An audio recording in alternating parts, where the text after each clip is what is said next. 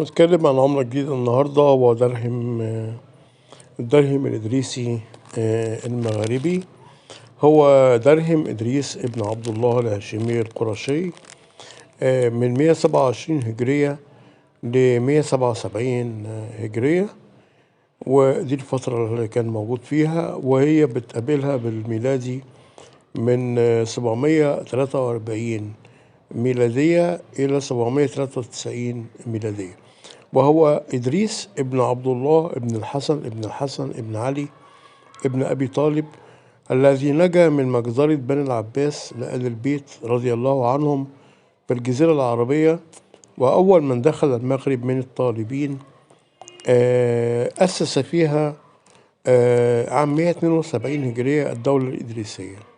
طبعا كلنا عارفين اللي حصل آل البيت في الجزيرة العربية، والمذبحة اللي اتعملت لهم لأسرة أهل البيت، الحسن والحسين، واللي هم أولاد سيدنا علي. وإزاي نجا إدريس اللي هو صاحب هذا الدرهم من هذه المجزرة ودخل إلى بلاد المغرب. في بلاد المغرب عمل أنشأ دولة خارج الخلافة العباسية، اللي طبعا هي اللي دبرت المذبحة لهم، يعني حاجة مستقلة عن الدولة العباسية، وأسسها في المغرب اسمها دولة الأدارسة أو الدولة الإدريسية.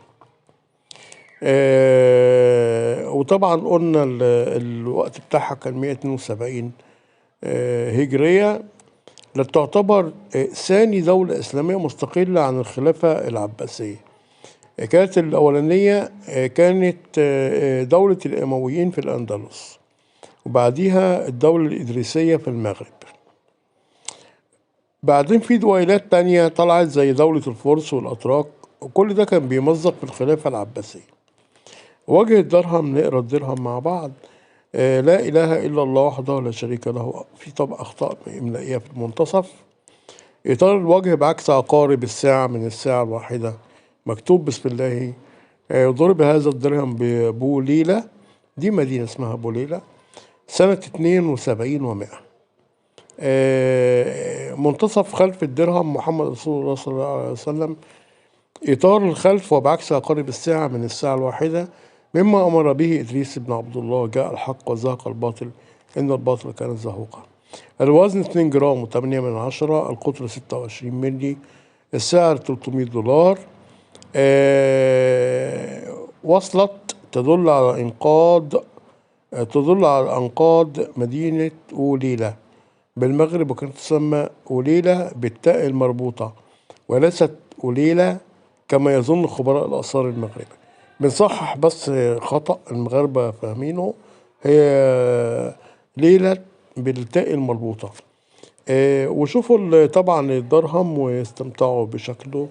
بنقدمه كل عملة لها تاريخ، فبنقرا تاريخ العملة وبنقرا ايه الوقت اللي حصل فيه.